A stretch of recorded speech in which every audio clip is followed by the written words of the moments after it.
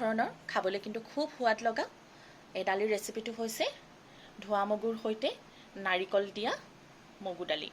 আৰু তাত মই দালিখিনি বনাবৰ কাৰণে 100 গ্ৰাম মগু দালি লৈছোঁ, দুটুকুৰামান নাৰিকল লৈছোঁ, অকণমান নহৰু আদাৰ পেষ্ট, শুকান জলকীয়া, 5 ফোৰণ আৰু নহৰু।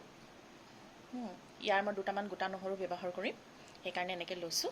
এতিয়া প্ৰথমে মগু দালিখিনি মই শুকান কেৰাহীত ভাজি ল'ম। প্ৰথমে মই গেছটো অন কৰি লৈছোঁ। ইয়াত মই এটা কেৰাহী বহাই দিম।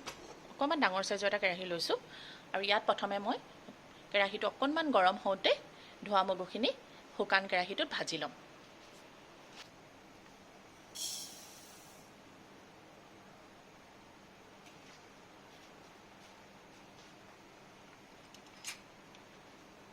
এতিয়া মই মগু দালিখিনি ভাজি ল'ম। তেতিয়ালৈকে ভাজিম যেতিয়ালৈকে এইখিনি অকণমান কালাৰটো চেঞ্জ হয়, ব্ৰাউন কালাৰ হয় আৰু খুব ধুনীয়া এটা গোন্ধ ওলায়। আৰু যোনবিলাক নতুন ৰান্ধনি আপোনালোকে দালিখিনি ভালকৈ সিজি ফ্ৰাই হৈছে নাই, অকণমান ভাজ খাইছে নাই, সেইটো জানিবৰ কাৰণে একেবাৰে সহজ। দালিখিনি অকণমান ৰঙচুৱা হ'ব আৰু খুব ধুনীয়া এটা ভজা গোন্ধ ওলাব। গোন্ধটো পালেই আপোনালোকে গম পাব যে দালিখিনি ভাজা হৈ গৈছে। এনেকৈ ভাজি ল'লে মগু দালিৰ পৰা এটা যে বিজল বিজল ওলাই বা ফেটফেটীয়া হৈ যায়, সেই বস্তুটো নহয়, দালিটো খুব ধুনীয়া হয়। সেইকাৰণে শুকান কেৰাহীত মগু দালিখিনি ভাজি লোৱাটো খুবেই ভাল, ডাইৰেক্ট কুকাৰত বইল কৰাতকৈ। এয়া চাওক, দালিখিনি পূৰা ভাজা ভাজা হৈ গৈছে, কালাৰটো চেঞ্জ হৈছে দেখিছে আপোনালোকে। আৰু পৰাপক্ষত মগু দালি আপোনালোকে এনেকৈ সৰুটো ল'বলৈ চেষ্টা কৰিব। এইটো সোণা মুগ দাল বুলি কয়, একেবাৰে সৰু এইটো খাবলৈ বেছি সোৱাদ। অলপ ডাঙৰটো ইয়াতকৈ টেষ্টটো অলপ কম হয়। দেখিছে কি ধুনীয়াকৈ হৈ গৈছে। এতিয়া মই গেছটো অফ কৰি ল'লোঁ। এতিয়া মই এটা বাচনত এইখিনি উলিয়াই ল'ম।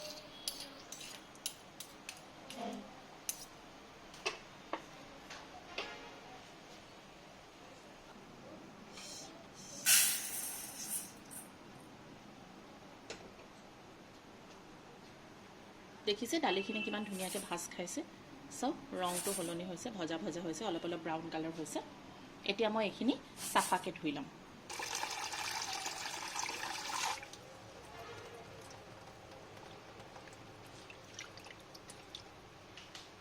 যিহেতু এইখিনি গৰম হৈ আছে, প্ৰথম পানীখিনি মই যাবলৈ দিম।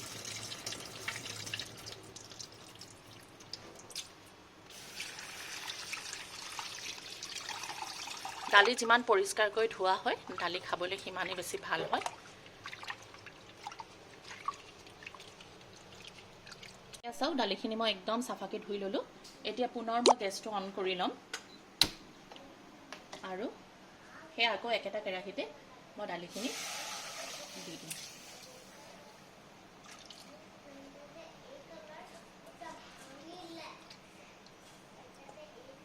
এতিয়া এইখিনি মই বইল হ'বৰ কাৰণে দিম। এই গোটেই দালিটো প্ৰথমৰ পৰা শেষলৈকে সিজালৈকে মোক প্ৰায় 20ৰ পৰা 25 মিনিট সময় লাগিব। আপোনালোকে চাই থাকক মই কেনেকৈ কৰিছোঁ। এতিয়া দালিটো মই উতলিবৰ কাৰণে দিম। প্ৰথম উতলটো অহাৰ পিছত ইয়াৰ ফেনখিনি মই কাঢ়ি দিম। চাওক, দালিত পূৰা ফেন উঠিছে। এতিয়া মই ফেনখিনি কাঢ়ি ল'ম। ইয়াত লেতেৰা থাকে, লেতেৰাখিনি মই কাঢ়ি দিছোঁ ভালকৈ।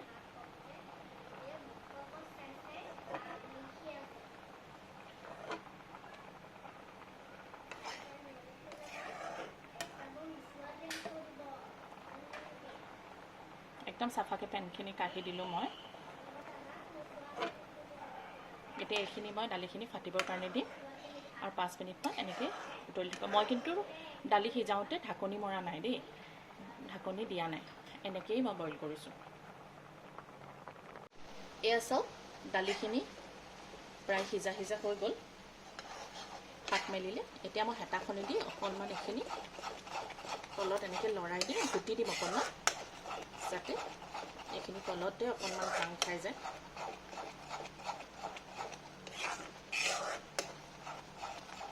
আপোনালোকে এনেকৈ যেতিয়াই মগু দালি বনায়, ধোৱা মগু বিশেষকৈ, এনেকৈ বনাই খাই চাবচোন, খাই বহুত ভাল লাগে।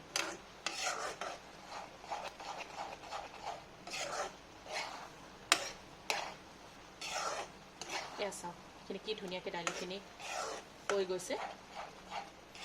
মই ধুনীয়াকৈ ঘুটি দিলোঁ। এতিয়া ইয়াত মই জোখত নিমখ আৰু হালধি দি দিম।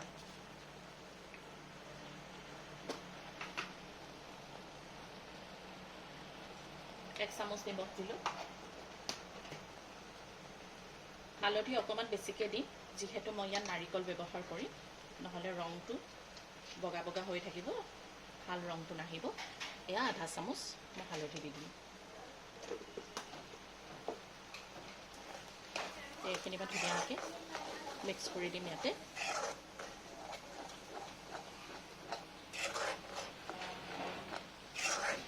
দালিখিনি আৰু অকণমান সিজিবৰ কাৰণে মই ইয়াতে জোখৰ পানী দি দিম। বহুত বেছিও নিদিওঁ, যিমানখিনি মোক প্ৰয়োজন।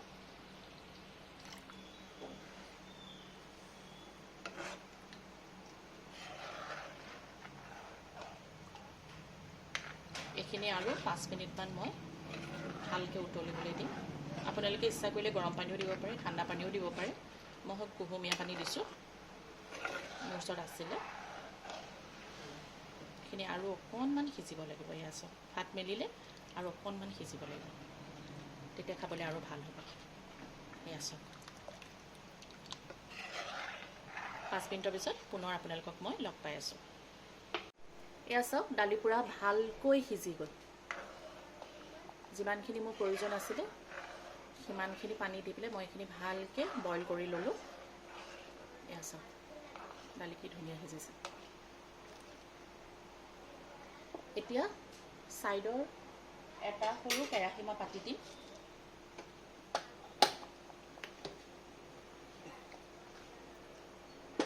এইটো গৰম হ'বলৈ দিম। এইটো গৰম হোৱালৈকে নাৰিকলখিনি মই গ্ৰাইণ্ডাৰত দি ধুনীয়া এটা পেষ্ট টাইপৰ বনাই লওঁ।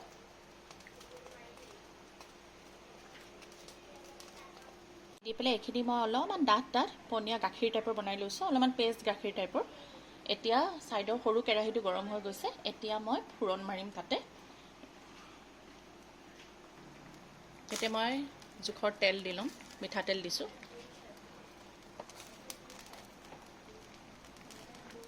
গেছটো অলপ কমাই দিছোঁ দেই, বেছিকৈ বাঢ়ি গৈছে কাৰণে।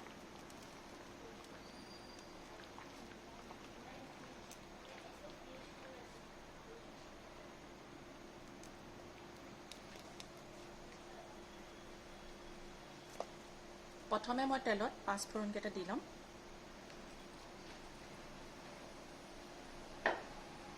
কেইটামান গোটা নহৰু,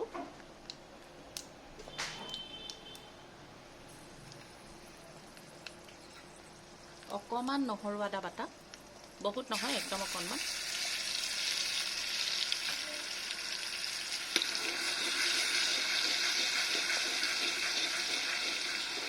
এইখিনি মই অকণমান ভাজা কৰি ল'ম।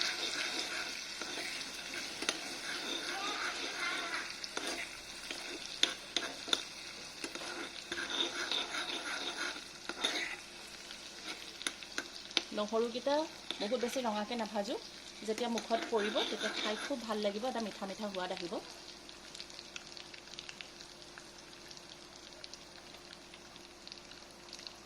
এয়া চাওক, এইখিনি ভাজা হৈ গ'ল। এতিয়া গেছটো অফ কৰি মই এইখিনি ডাইৰেক্ট কেৰাহীৰ ওপৰত দি দিম।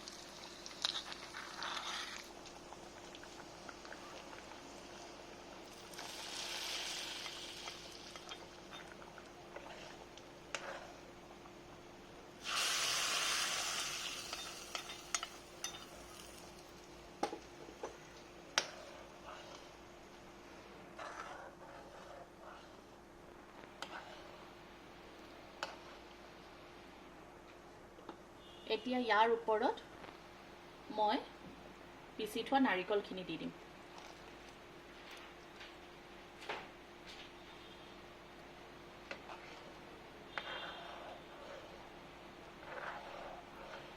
ৰংটো চব কি ধুনীয়া হৈছে। এতিয়া আৰু অকণমান উতল আহিবৰ কাৰণে দিম। এইখিনি এনেকৈ মই আকৌ 1 মিনিটৰ কাৰণে উতলিবৰ কাৰণে দিম। যোনবিলাক সৰু ল'ৰা ছোৱালী মগু দালি খাবলৈ বেয়া পায়, বা যোনখিনি মানুহে মগু দালি সাধাৰণতে ধোৱা মগুটো খাবলৈ বেয়া পায় আপোনালোকে এনেকৈ নাৰিকল দি বনাই খাই চাব। নাৰিকলটো আমাৰ চবৰে ঘৰত থাকেই। আপোনালোকে নাৰিকল ৰুকিও দিব পাৰে, কিন্তু মই মিক্সিতে দিয়ে কৰিছোঁ। এয়া চাওক দালিটো কি ধুনীয়া হৈছে, খাবলৈও খুব ধুনীয়া এটা সোৱাদ আহিব, মিঠা মিঠা। এয়া নাৰিকল দি বনোৱা ধোৱা মগুৰ দালি মোৰ ৰেডি। ইয়াৰ ওপৰত অকণমান ধনিয়া পাত দি দিলে ভাল হয়। মোৰ ওচৰত এতিয়া নাই কাৰণে মই দিব নোৱাৰিলোঁ। আপোনালোকে ওপৰত দি ল'ব, তেতিয়া আৰু ভাল লাগিব। পুনৰ এনেকুৱা নতুন নতুন ৰেচিপি লৈ আহিম আপোনালোকলৈ, আৰু এনেকৈ বনাই খাই চাব। কমেণ্টত মোক জনাব কেনেকুৱা পালে। আজিলৈ আহিছোঁ, ধন্যবাদ।